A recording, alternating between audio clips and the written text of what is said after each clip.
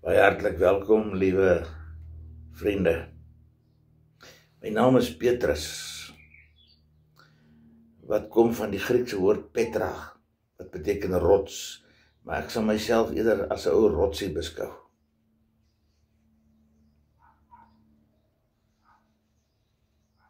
Ek was 'n boerling van Galilea. Ons Galileërs het nogal 'n spesifieke aksent gehad, waarin mense ons uitgeken het. Ons was nou nie baie slim en geleerde mense nie, maar ons was opregte mense. Jy kon op ons staat maak. Ek het die meeste van my tyd spandeer daar in Kapernaum aan die oorkant van die meer van Galilea. Later jare het ek vir my 'n huis daar gebou. My skoonmoeder het ook daar by ons gewoon. En later meer hieroor. Ek het 'n baie goeie broer gehad, Andreas. Jy sê nie vir hom nee nie. Net omdat hy so 'n goedhartige mens is. Goeie, liewe mens is. Man en ons het, ek was eendag daar langs die meer besig om vis te vang. Was baie vis in die meer. Er was 13 soorte vis. Toe kom Andreas na my toe en hy sê vir my, Petrus, jy moet saam met my kom. Ek het Jesus ontmoet. Wat is Jezus? Nee, Jezus van Nasaret, die Christus, die Here. Ek kon nie eintlik vir hom nee sê, alhoewel ek baie twyfel in my gehad het. Maar ek sê nie vir my boetie sommer nie. En hy het my gaan voorstel aan Jezus. Wat 'n ontmoeting was dit nie. En net daar en dan het ek besluit, ek was 'n bietjie impulsief, maar dit het my so aangegryp, dat ek net daar en dan besluit het, ek word 'n volgeling van Jezus. Ek gaan agter hom aanloop. Nou, daar was 'n klompie ander ouens wat ook gekies is, wat geroep is as disippels. Snaakse ouens, man. Matteus was byvoorbeeld 'n lakei. Hy het gewerk so vir die Romeinse owerheid op die tolhek, op die tolroete daar van die Via Egnatia. So hy het namens die Romeinse owerheid 'n bedrag ingevorder en 'n ander bedrag het hy sak gesteek. Regte skelm, man. Nou is hy saam met my. Och, en dan was daar ou Nathanael. Hy het altyd gesit en droom. Hy was nooit eintlik by ons en sy kop was op 'n ander plek. En Thomas wat altyd getwyfel het. Ek wou hom baie keer reggeruk. Die twyfelaar. En Jakobus en Johannes, seuns van die donder. Ek het meer tuis gevoel by hulle. Hulle was die rowwemanne. Hulle het vir jou vasgevat.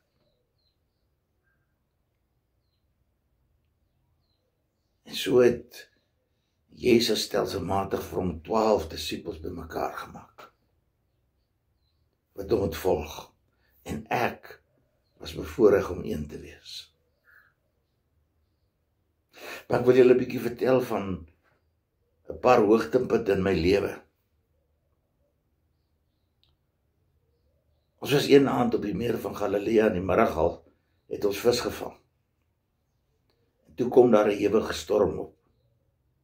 Nou dit was algemeen op die meer van Galilea, dat daar storms ontstaan het, want daar van die woestyn af uit die Scirocco, 'n stormwind so in die sloep van die meer ingekom. En dan het hy in 'n paar oomblikke daai water omgekeer, dat dit 'n storm was, dat jy nie eintlik daarop kan gaan nie. Wat meer is, terwyl ons in die storm is, sien ons 'n spook op die water. Ons het almal baie geskrik. Nathanael sommer oorboord gaan. Toe skielik toe hoor ons, dit is Jesus. En hy kom aangestap al nader op die water. Kan jy dit glo? En ek sê vir hom, kan ek ook op die water loop? En hy sê, kom Petrus. En ek klim uit die skei uit en ek begin stap op die water. Ek kan dit nie glo nie. En toe ek so begin kyk na die water in die rowwe see, toe sink ek. En Jesus gryp my hand. Hy sê vir my die woorde, klein gelowige, waarom twyfel jy? Jy sien, ek het my oë afgehaal van Jesus af, en ek het begin kyk na die omstandighede, en dit het my laat sink. En hy het my gehelp terugloop op die water, in die boot. Ongelooflike ervaring.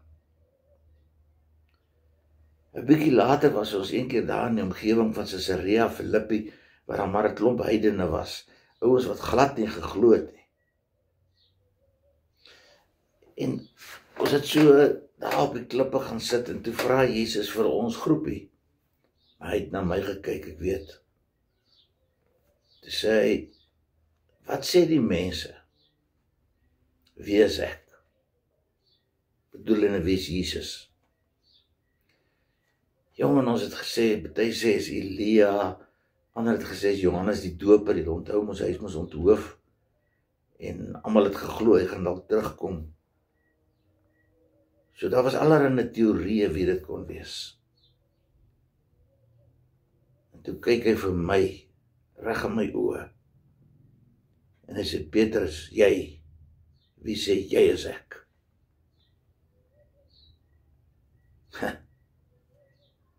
Dit is asof die Heilige Gees in my begin werk het. En ek kon nie anders dan die woorde wat ek geuit het was, U is die Christus, die Seun van die lewende God. Toe sê hy vir my, gelukkig is jy Simon, Bar Jona, seun van Jona, my pa was Jona. Vlees en bloed het dit nie aan jou geopenbaar nie, maar my Vader in die hemel. Jesus Christus. 'n Ander keer, wat ek nie graag oor wil praat nie, maar kom ons doen dit so 'n bietjie een kant, ek sal net nou. Kom ek vertel eers van die geleentheid, die aand voordat Jesus in hegtenis geneem is. Kyk, ons almal het geweet, ons moet wegbly van Jerusalem af. Want die mense, die Fariseërs, die Sadduseërs, die skrifgeleerdes, soek allerlei redes om Jesus gevange te neem en om te kruisig. Want kruisiging was die wreedste straf wat jy destyds kan ondergaan. En ons sit die aand om die tafel. En nou destyds het ons aangelê. Jy lê nou op die vloer, met jou linkerarm sit jou kop, met die regterarm eet jy. En die volgende ou lê weer met sy kop hier. So as jy nou vir iemand aan die ander kant iets wil sê, praat jy eintlik in hierdie ou se oor. Dan so het ons om die tafel aangelê, en kos in die sous gedruk en geëet. En toe op 'n stadium, toe sê Jesus, een van julle wat om hierdie tafel aan lê, gaan my verraai. Ons het geskrik. Ek dink amper Johannes wat langs Jesus gesit het, was die eerste een wat gevra het, Meester, is dit ek? Matteus het gevra, Meester, is dit ek? 'n Hele klomp van ons het gevra. Ek kan nie eens onthou of ek gevra het nie. Ek moes seker, want ek is jou wat praat. Ek het stelselmatig eintlik die leier geword van die 12 disippels. Dit het nou maar net so gebeur. Toe sê Jesus, nee, die een wat sy hand saam met my in die skottel steek, dis hy. Ons almal het in afwagting gesit. En toe skielik het Judas Judas was ons penningmeester. Ons het hom vertrou met die finansies, alhoewel ek met jou eerlik sê, ek is nie baie seker of hy opreg eerlik was nie. Maar toe Judas sy hand vat en in die skottel steek, toe druk Jesus sy hand ook in die skottel. Mense kan nie vir julle sê wat so oomblik was dit nie. Was iets verskrikliks. Jesus het hom in die oë gekyk. En het vir hom gesê, dis jy.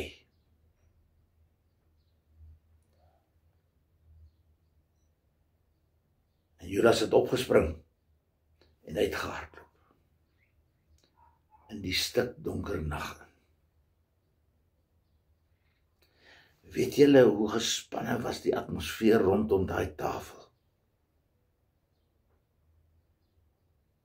En toe doen Jesus 'n baie snaakse ding. Hy doen iets wat 'n doelos alleen sal doen, 'n knegg.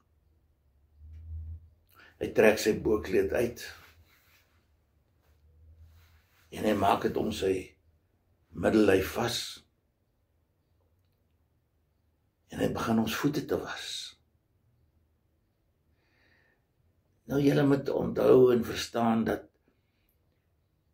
voetewassing het altyd plaasgevind deur 'n slaaf, deur 'n heidense slaaf. As mense die aand by jou kom kuier het, dan bied jy hulle, omdat hulle nou lang afstand gestap het met hulle sandale, dan bied jy hulle voetewassing aan by die deur, maar nie jy nie. 'n heidense slaaf wat vir jou gewerk het. En hier kom Jesus en hy begin ons voete was, en toe hy by my kom te sê ek, Meester, u sal in der ewigheid nie my voete was nie.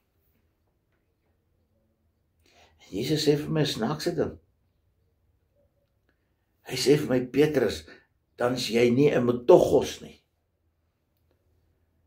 Dit beteken dan jy nie deel aan my nie. As ek jou voete was, gaan jy deel hê aan my. Toe sê ek, jy weet wat ek doen, maar impulsiewe mense is, nie net by voete nie, was om my hele lyf, Here. En Jesus sê vir my, nee, maar as jy klaar gewas is, bedoelende, as jy wedergebore is, as jy klaar 'n kind van God is, dan is dit nie nodig nie. Min wetende het Jesus eintlik ons voete gewas, omdat binnekort, binne 'n dag of 2, sou hy aan die kruis gaan sterf het om ons sondes af te was. Later het die goed vir my duidelik geword.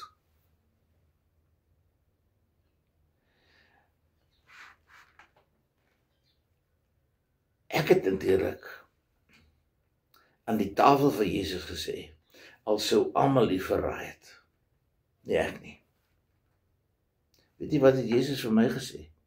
Voordat die haan 3 keer kraai, gaan jy my verloon. 3 maal verloon. Eintlik voor die haan die 2de keer kraai, gaan jy my al 3 maal verloon het. Dit sal 'n dag wees. Vandaar af was ons toe na die paleis toe.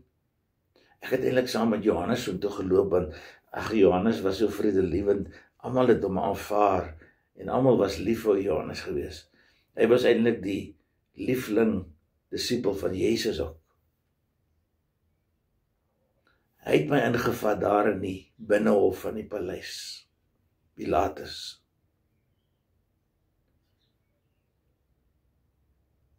Toe sê een van die meisies wat daar staan, toe hulle my hoor praat, toe ek groet, jong, maar jy klink soos een van die Galileërs. Nee, dit het ek ewig ontken. Ek is glad nie soos die Galileërs nie. Na rukkie toe ek weer iets gesê, ek kan nie presies onthou wat nie, maar toe daar weer iemand anders weer gesê, maar jy moet deel van hierdie volgelinge wees. Jy praat soos hulle, jy het dieselfde manier as hulle. Nee, ek beloof, dit is nie ek nie.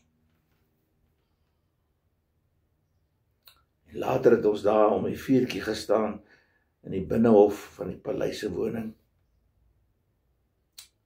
En toe sê een van die jong meisietjies,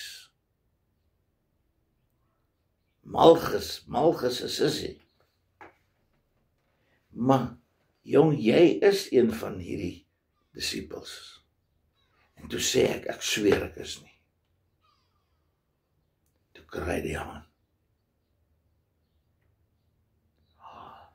Dit gerukkie binne in my. En ek het buitentoe gehardloop en ek het verskriklik gehuil. Want ek het Jesus verraai. Ek wil nie by hom staan nie. En sedertdien was daar, ek dink so 'n bietjie 'n afstand van my kant af teenoor Jesus. Ek het hom dan verraai. Ek het dan gesê ek ken hom nie, ek sweer ek ken hom nie.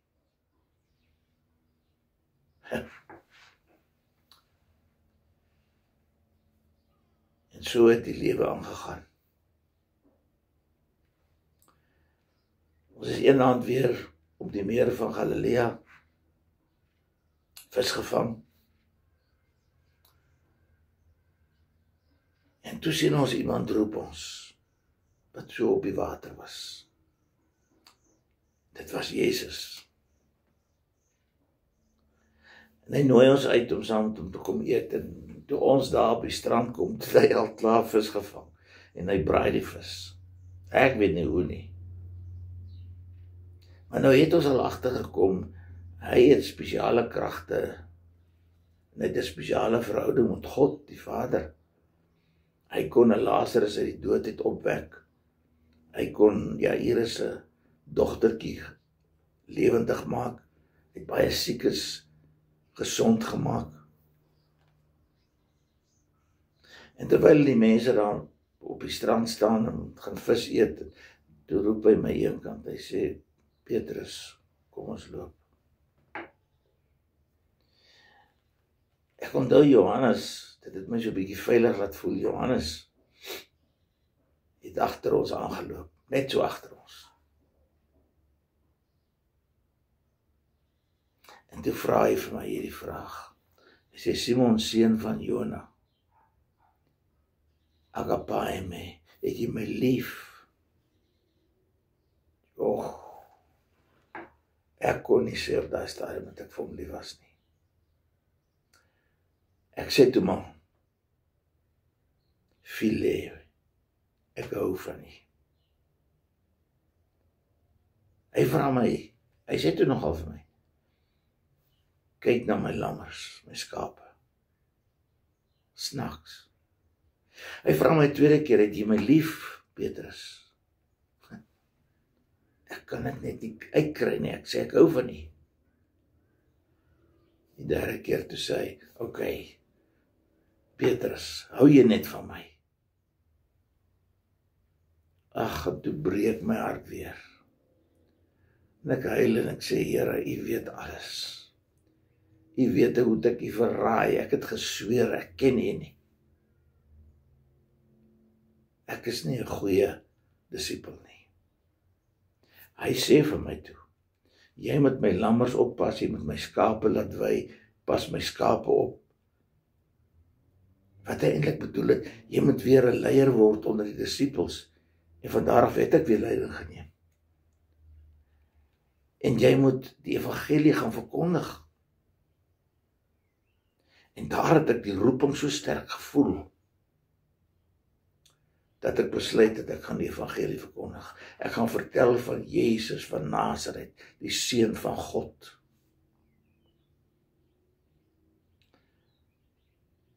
Ek was nou self nie by die kruisiging nie. Maar by die opstanding toe hy aan ons verskyn het, die eerste keer daar in die binnekamer, toe was Thomas ons nou nie daar nie, want Thomas het nie geglo nie. Toe kon ons dit nie glo nie, hier staan hy het opgestaan. Die volgende Sondag toe is ons weer daar, en hierdie keer het ons gesorg dat Thomas ook daar is, en toe sê hy vir Thomas, bring jou vingers en druk dit in die gate. bring jou hand en druk dit in my sy. En Thomas kon net die mooi woorde sê, my Here en my God. Daarna het ek begin werk.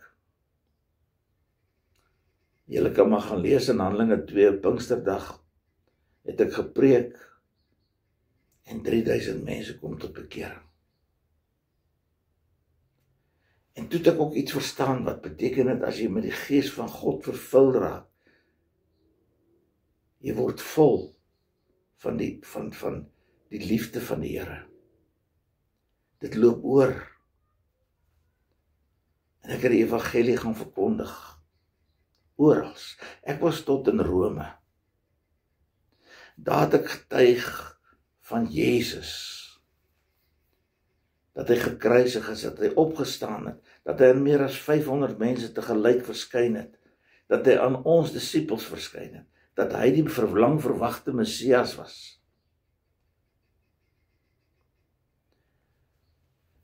Ek verbeel my tog, en ek dink is reg, dat Markus het baie van my preke wat ek in Rome gelewer het hy neergepen en toe het hy sy evangelie begin skryf. Die oudste evangelie wat daar is. Ek het wel later, het ek briewe geskryf. 1 en 2 Petrus. En ek skryf aan die prognoses, die uitverkorenes van God, wat in die wêreld is, wat verstrooi is in die wêreld, wat versprei is. En dan sê ek goeie soos dit, en ek bedoel dit, in sy groot ontferming het hy ons die nuwe lewe geskenk, deur die opstanding van Jesus. Hy het ons die nuwe lewe geskenk, deur die opstanding. Nou het ons 'n lewende hoop. Ons kan nie meer lewe soos mense wat geen hoop het nie, glad nie.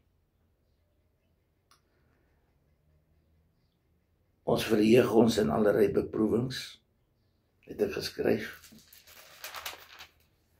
Ek skryf veral, julle moet heilig lewe.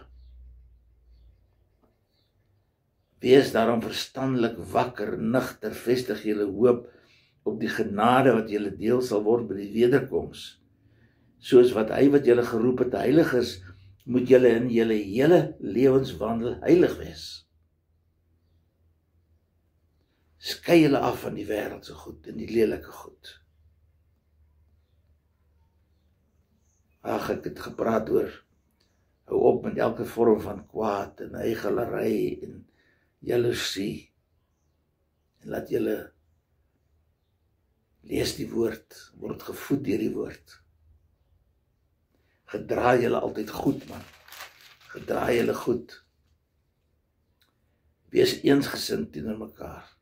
Wees medelee, wees liefdevol, wees goedhartig, wees nederig. Maar julle kan dit self gaan lees. Ek weet, ek was so ongeveer, ek het deur hele Europa getoer, en die evangelie verkondig, moeilike omstandighede, in die tronk, geslaan, gegeesel. En ek was so ongeveer 74 jaar oud. Toe het hulle genoeg klagtes teen my gekry om my dood te maak. Hulle het besluit, hulle gaan my kruisig. En toe ons daar kom, so in 'n oop stuk, waar die kruis staan, toe sê ek, nee, julle kan my nie kruisig soos my Here Jesus nie. Kruisig my onderste bo. Ek is onderste bo gekruisig. En ek onthou nog dat het dof geword in my kop. Terwyl ek so onderste bo hang, het ek begin bid vir almal wat daar staan. En ek verbeel my so vaag weg, al die mense het op hulle knieë gegaan, en begin bid, en die Here Jesus bely. Ek en jy moet ook Jesus bely. En vir hom lewe. Met ons ganse lewe. Ek kan vir jou vra, volg jy Jesus? asseblief. Here, help ons om U te volg met hart en mond en hande, en mag die genade van ons Here Jesus Christus en sy liefde met elkeen van julle wees. Amen.